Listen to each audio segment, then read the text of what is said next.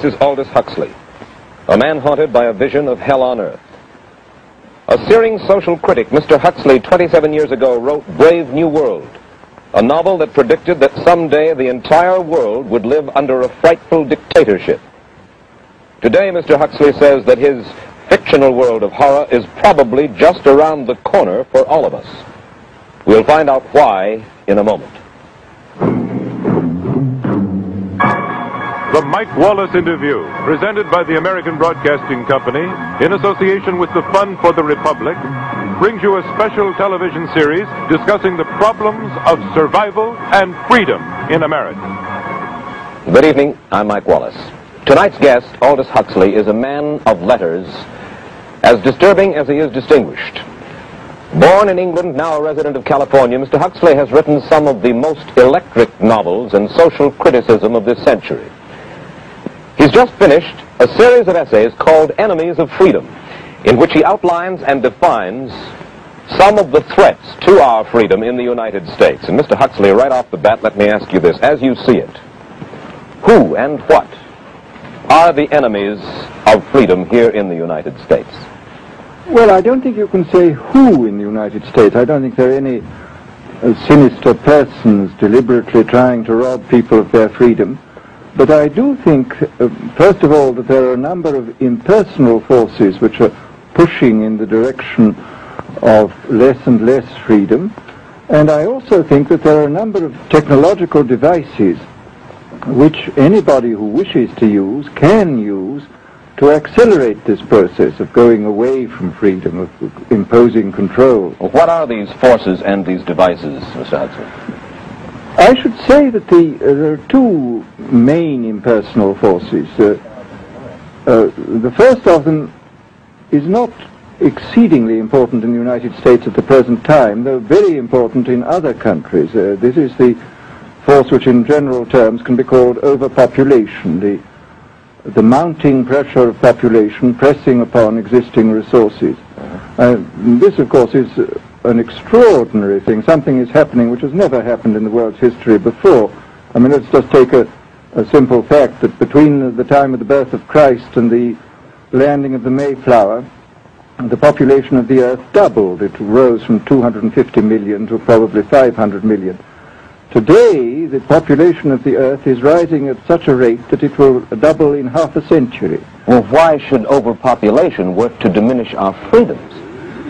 Well, in a number of ways. I mean, the experts in the field, like Harrison Brown, for example, pointed out that in the underdeveloped countries, actually the standard of living is at present falling, that people have less to eat and less goods per capita than they had 50 years ago.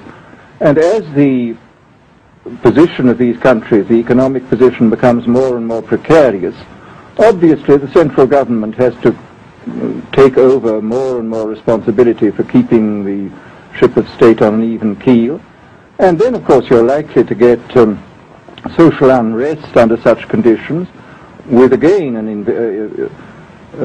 intervention of the central government. So that I think one sees here a pattern which seems to be pushing very strongly towards a totalitarian regime. And unfortunately, as in all these underdeveloped countries, the only highly organized political party is the Communist Party, it looks rather as though they will be the heirs to this unfortunate process, that they will step into the position of power. Well, then, ironically enough, one of the greatest forces against communism in the world, the Catholic Church, according to your thesis, would seem to be pushing us directly into the hands of the communists because they are against birth control. Well, I think this strange paradox probably is true. There is it's an extraordinary situation, actually. I mean, one has to look at it, of course, from a biological point of view. The whole essence of biological life on Earth is a question of balance, and what we have done is to practice death control in a most intensive manner without balancing this with the birth control at the other end. Consequently, the birth rates remain as high as they were, and death rates have fallen substantially. All right, then, so much for the time being anyway for overpopulation. Another force that is diminishing our freedoms. Well, another force which I think is very strongly operative in this country is the force of what may be called over-organization. As technology becomes more and more complicated, it becomes necessary to have more and more elaborate organizations, more hierarchical organizations.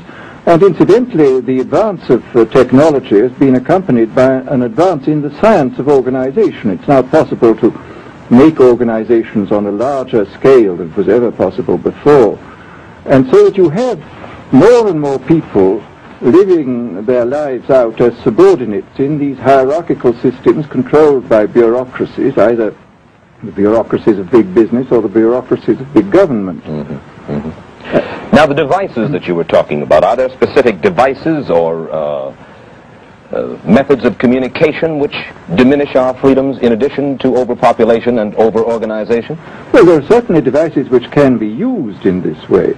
I mean, let us take, after all, a piece of very recent and very painful history is the propaganda used by Hitler, which was incredibly effective. I mean, what were Hitler's methods? Hitler used terror on the one kind, brute force on the one hand, but he also used a very efficient form of propaganda, which he was using every modern device at that time. He didn't have TV, but he had the radio, which he used to the fullest extent, and was able to impose his will on an immense mass of people. I mean, the Germans were a highly educated people.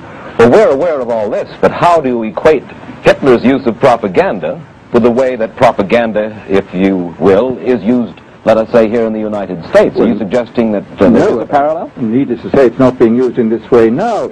But the point is, it seems to me, that there are methods at present available, methods superior in some respects to Hitler's method, which could be used in a bad situation. I mean, what I feel very strongly is that we mustn't be caught by surprise by our own advancing technology. This has happened again and again in history. Technology has advanced, and this changes social conditions, and suddenly people have found themselves in a situation which they didn't foresee and doing all sorts of things they didn't really want to do. Well, now, what do you mean? Do you mean that we develop our television, but we don't know how to use it correctly? Is that the point that you're making? Well, at present, the television, I think, is being used quite harmlessly. It's being used, I think, I would feel it's being used too much to distract everybody all the time. But, I mean, imagine, which must be the situation in all communist countries, where the television, where it exists, is always saying the same thing the whole time. It's always driving along. It's not creating a wide front of distraction. It's creating a one-pointed drumming in of a single idea all the time. It's obviously an immensely powerful instrument. So you're talking about the potential misuse of the instrument. Exactly. We have, after all technology is in itself morally neutral. These are just powers which can either be used well or ill. It's the same thing with atomic energy. We can either use it to blow ourselves up, or we can use it as a substitute for the coal and the oil which are running out. You've even written about the use of drugs in this light. Well, now, this is a very interesting subject. I mean, in this book that you mentioned, this book of mine, Brave New World, I postulated a substance called soma, which was a very versatile drug. It would make people feel happy in small doses. It would make them see visions in medium doses, and it would send them to sleep in large doses. Well, I don't think such a drug exists now, nor do I think it will ever exist, but we do have drugs which will do some of these things, and I think it's quite on the cards that we may have drugs which will profoundly change our mental states without doing us any harm. I mean, this is the pharmacological revolution which has taken place, that we have now powerful mind-changing drugs